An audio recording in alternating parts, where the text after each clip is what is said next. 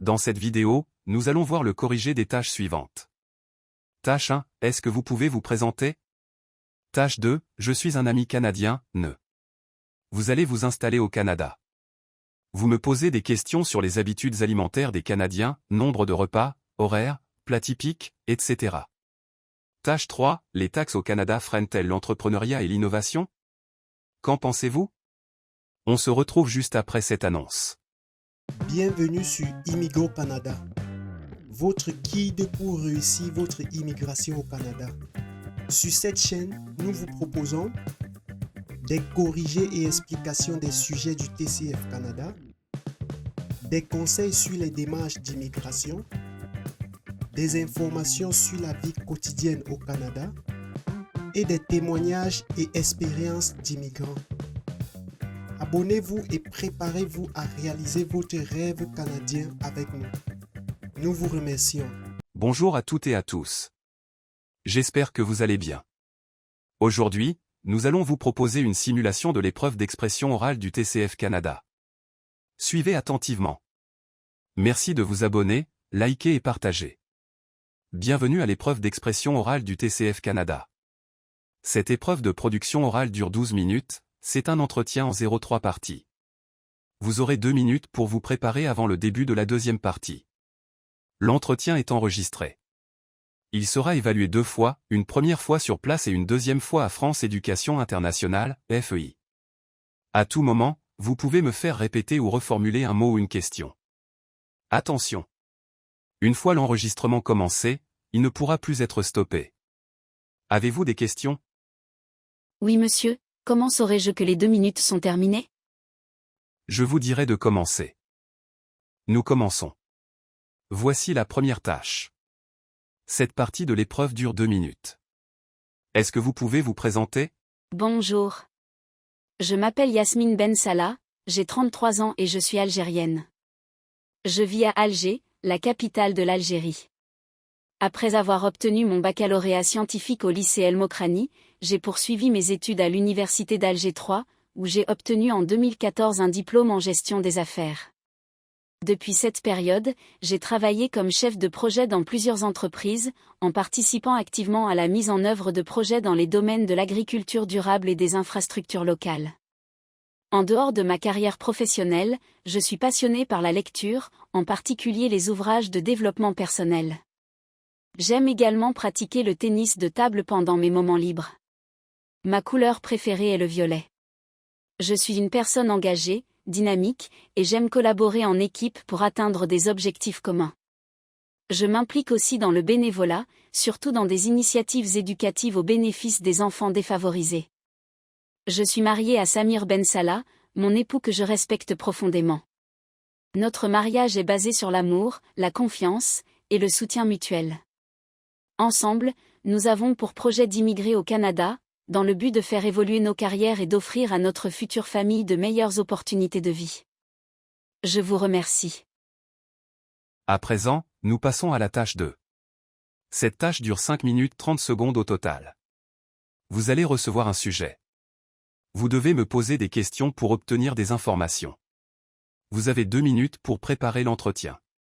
Vous êtes autorisé à prendre de courtes notes si vous le souhaitez. Tenez cette feuille de brouillon. Vous ne devez pas écrire sur le sujet. C'est vous qui parlez en premier et c'est vous qui conduisez la conversation. L'entretien doit durer 3 minutes 30 secondes. Vous pouvez demander plus de précision ou faire répéter des informations. Je vous lis le sujet. Je suis un ami canadien, ne. Vous allez vous installer au Canada. Vous me posez des questions sur les habitudes alimentaires des Canadiens, nombre de repas, horaires, plats typiques, etc. Vous avez 2 minutes de préparation.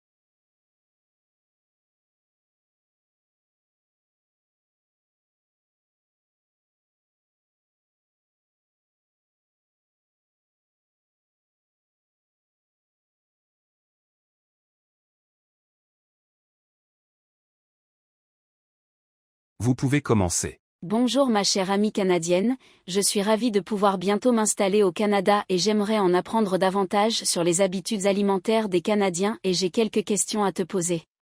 Combien de repas principaux les Canadiens ont-ils généralement dans une journée? Les Canadiens prennent généralement 3 repas principaux par jour, le petit déjeuner, le déjeuner et le dîner. À quelles heures ont lieu traditionnellement ces repas principaux? Traditionnellement, le petit déjeuner est pris entre 7h et 9h, le déjeuner entre 12h et 13h, et le dîner entre 17h et 19h.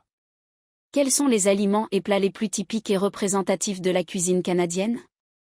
Parmi les plats représentatifs, on trouve la poutine, le saumon fumé, et les crêpes. Quels sont les ingrédients de base? Les ingrédients de base incluent la viande, bœuf, poulet, les pommes de terre, le maïs, le sirop d'érable, et divers légumes. Y a-t-il des différences notables entre les habitudes alimentaires des Canadiens anglophones et francophones?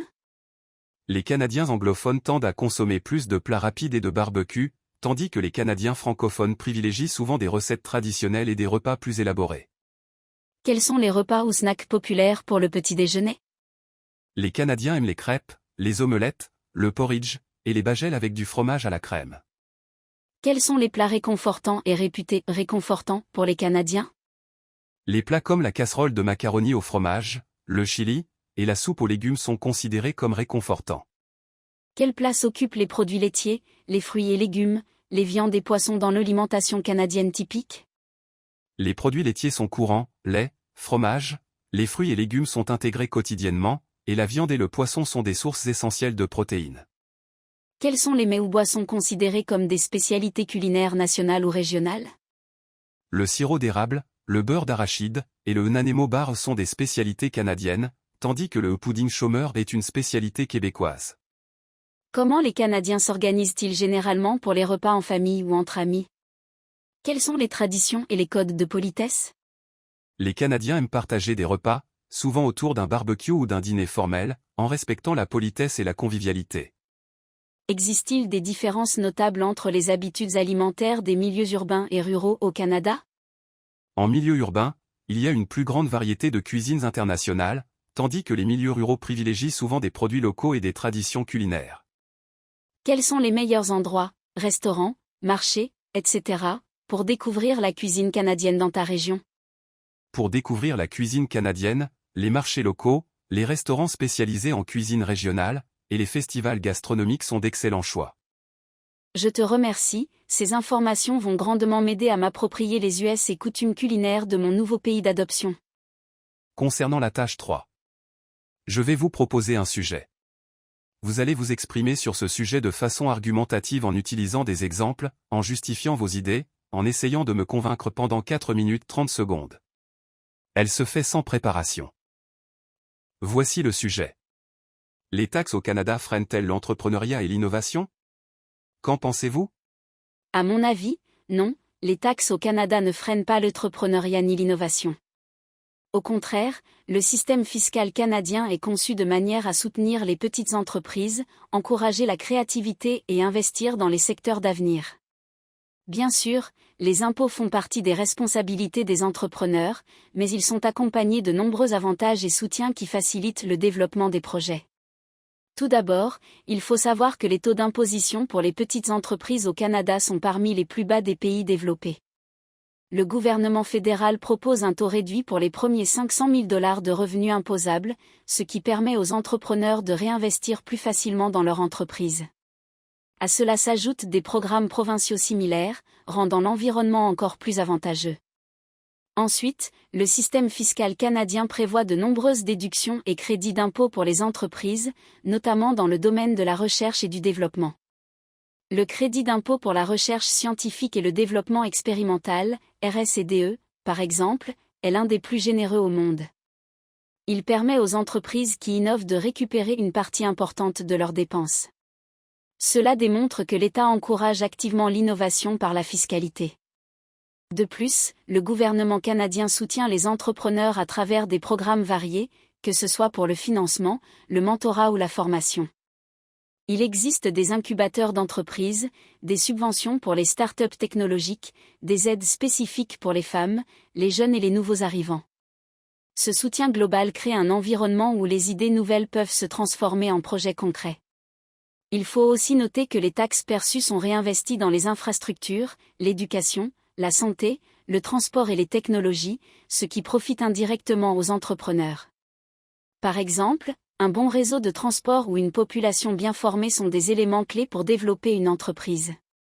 En d'autres termes, les taxes financent un cadre stable et structuré, favorable au développement économique. Enfin, les Canadiens ont une culture entrepreneuriale forte, et les créateurs d'entreprises savent que l'impôt fait partie du jeu.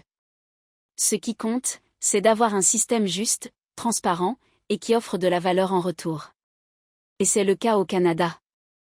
L'innovation ne dépend pas uniquement du montant des taxes, mais aussi de l'accès au financement, à l'expertise, et à un marché ouvert, et sur ces points, le Canada est très bien positionné. En conclusion, non, les taxes ne freinent pas l'entrepreneuriat ni l'innovation au Canada.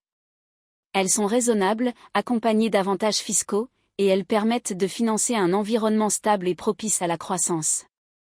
Pour ceux qui ont une vision, de la discipline et de la motivation, le Canada reste une terre d'opportunités pour entreprendre et innover. Nous sommes arrivés au thème de cette vidéo. Surtout, n'oubliez pas de vous abonner, liker et partager pour nous encourager. À très bientôt dans les prochaines vidéos. Bonne chance.